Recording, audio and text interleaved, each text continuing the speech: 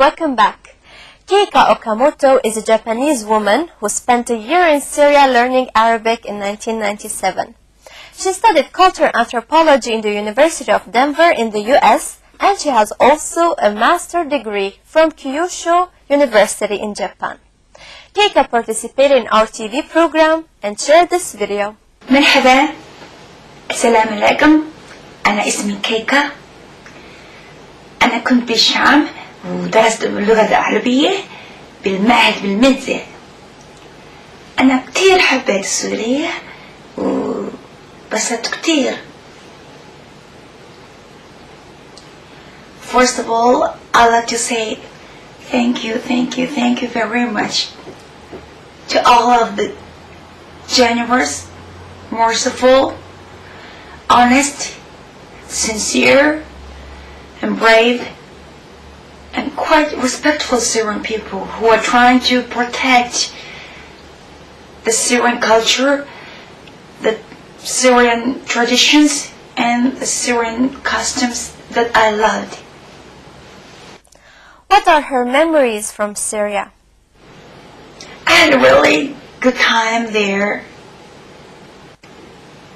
Syria, where I was living, was one of the safest countries in the world. Even Japanese students said, well, Syria could be much safer than Japan. Also, many foreign students, including women, said, well, we can walk back home midnight after half-day and mushwar. Oh, I miss mushwar. Yeah, I was very sure that Syria is a very safe country, and I knew that's the reason.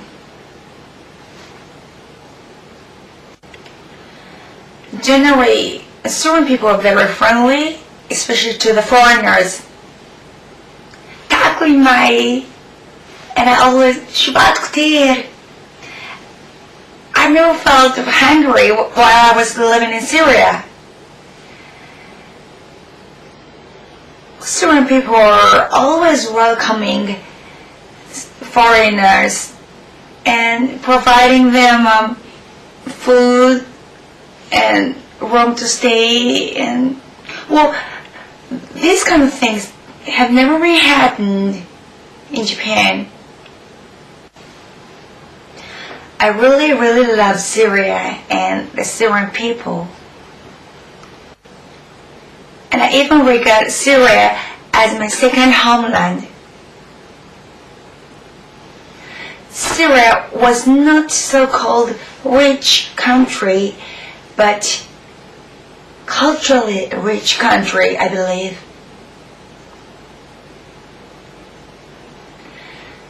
People still had pure and simple and genuine humanity that most of the people in the West and Japan had already lost long ago.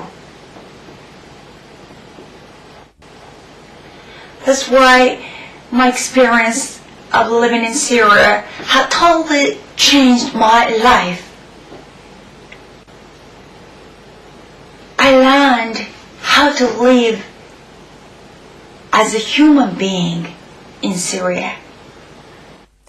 Keika has her opinion about the current crisis in Syria. She's addressing the Syrian people. Here's my opinion about the current crisis in Syria.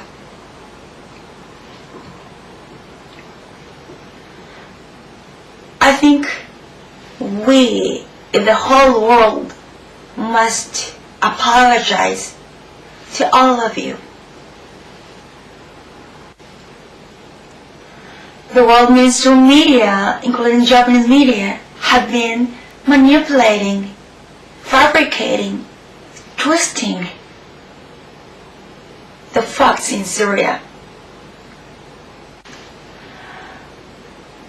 I'm very sad that it is so difficult for the people in the world to know what is really happening in Syria because of the media fabrications and which caused misjudgment and misunderstanding about Syria.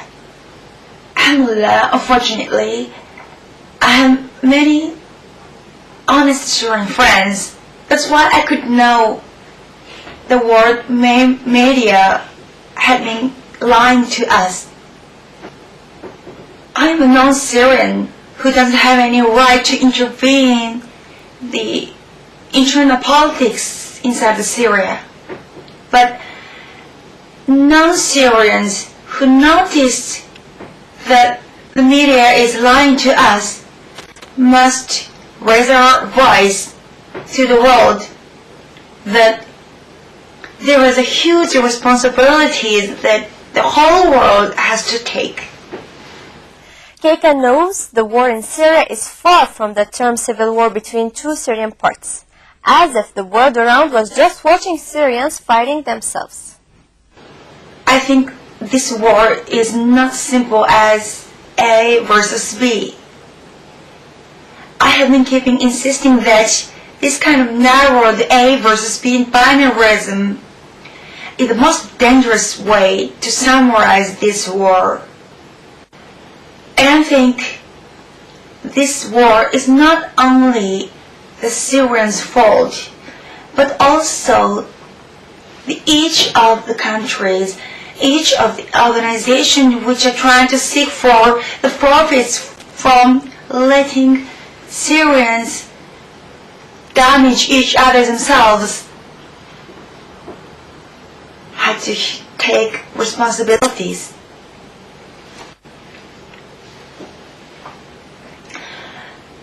The whole world is related to this war. The world hegemonies are complicatedly related to this war. The people in the world must notice that we really need 360-degree view to see the war. However, at the end, Keika has only a simple wish. And lastly, I strongly wish peace in Syria. Inshallah أشوفكم بالشام. الله معكم. يلا bye. Keika, a woman full of emotions and compassion with the Syrian people, expressed her feelings in her own way. This is my lover, my piano. With my piano, I always play and pray for Syria. Well, playing piano is only my honest way to express my feeling.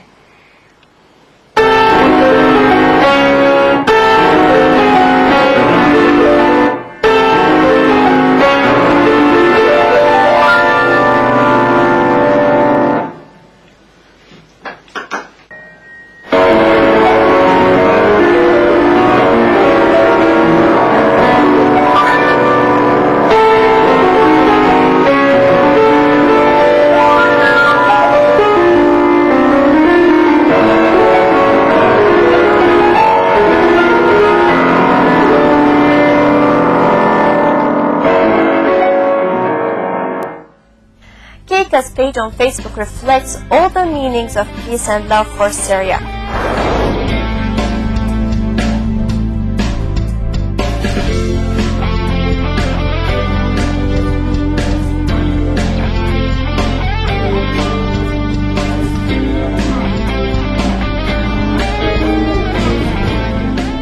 Keika, thank you from the heart. And now it's time to listen to the pictures who talk. Pictures who talk? Yes, pictures who talk. Let's say.